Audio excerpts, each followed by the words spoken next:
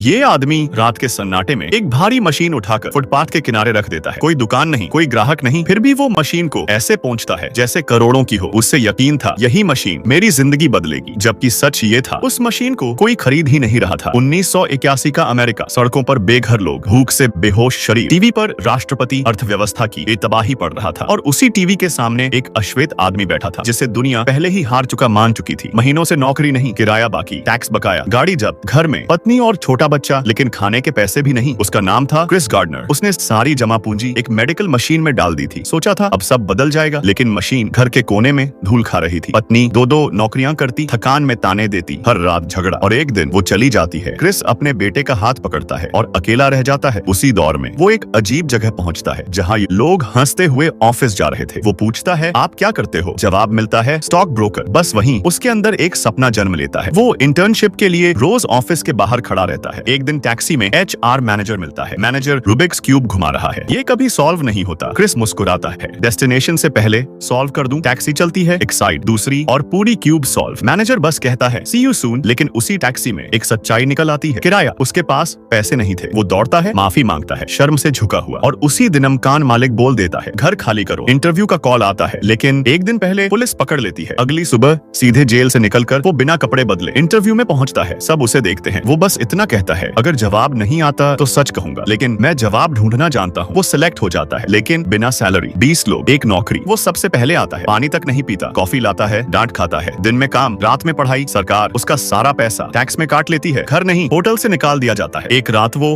और उसका बेटा मेट्रो स्टेशन के टॉयलेट में सोते हैं। दरवाजे पर दस्तक होती है। वो अपने बेटे के कान ढक लेता है और पहली बार रो पड़ता है। एग्जाम का दिन, फिर आखिरी कॉल। ऑफिस में बुलाया जाता है। जब बताया जाता है तुम सिलेक्ट हो गए हो, वो बस सिर हिलाता है। बाहर निकलते हुए भीड़ में ताली बजाता है, रोते हुए, लेकिन जिंदगी में पहली बार वाकई खुश। आज वही आदमी करोड़पति है, और कहानी बस इतना दिखाती है, जो इंसान सबसे अंधेरे में भी चलता रहता है, अक्सर रोशनी उसे खुद ढूंढ लेती है।